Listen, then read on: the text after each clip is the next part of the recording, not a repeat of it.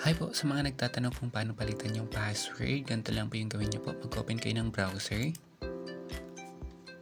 Tapos gamitin niyo po yung IP address na ito. I-copy paste niyo lang po. Kung sakaling mag-error at hindi gumana, i-try niyo po itong isa. Pag hindi pa rin, try nyo po itong isa. Pero usually, ginagamit po ito sa pag-access ng super admin. Pero kung sakaling hindi gumana itong dalawa, i-try nyo na lang po ito. Pero I think usually, gagana na po ito. So, i-enter nyo lang po sa browser nyo. Pag gumagamit kayo ng cellphone, same lang po yung user interface. Mag-open kayo ng browser, tapos enter nyo lang po yung 192.168.1.1. Yung default na username is admin. Yung password 1234. Enter nyo lang po. Pag enter nyo, lalabas yung user interface na ito. Mag-enter kayo ng new password tsaka wifi password and wifi password para sa 2.4 tsaka 5G. So ito na lang po ilagay natin na bagong password. Yung old password 1234. Tapos sa wifi, ito din nilagay natin sa 2.4G, sa 5G. Ito pa ilagay natin. Click nyo lang po yung update. So yun na po, automatic mag-log out. Try ulit natin mag-log in. Gamitin na natin yung bagong password.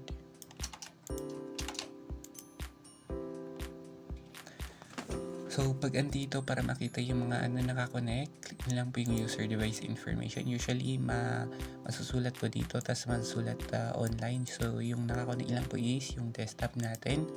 So, pag andito na kayo para palitan yung kung sakaling gusto nyo palitan, dito lang po sa system tools.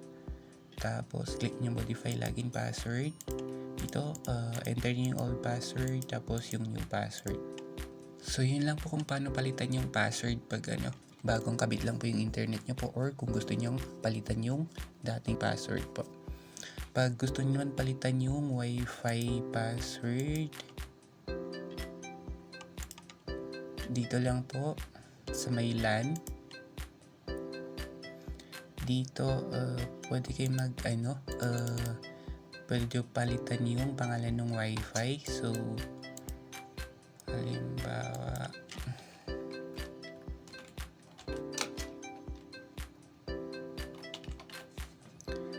mag-enter tayo, palitan natin yung wifi name. Dito nyo po i-enter para palitan yung wifi name.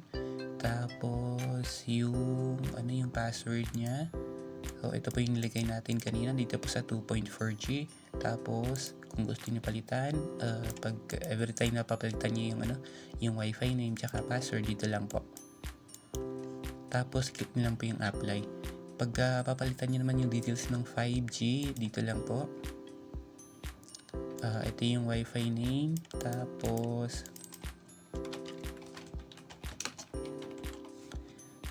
ito naman po yung password, yung in-enter natin kanina kung gusto niyo palitan. Tapos click niyo lang po ulit yung apply. So yun lang po kung paano palit ng password, tapos ng wifi name tsaka wifi password po.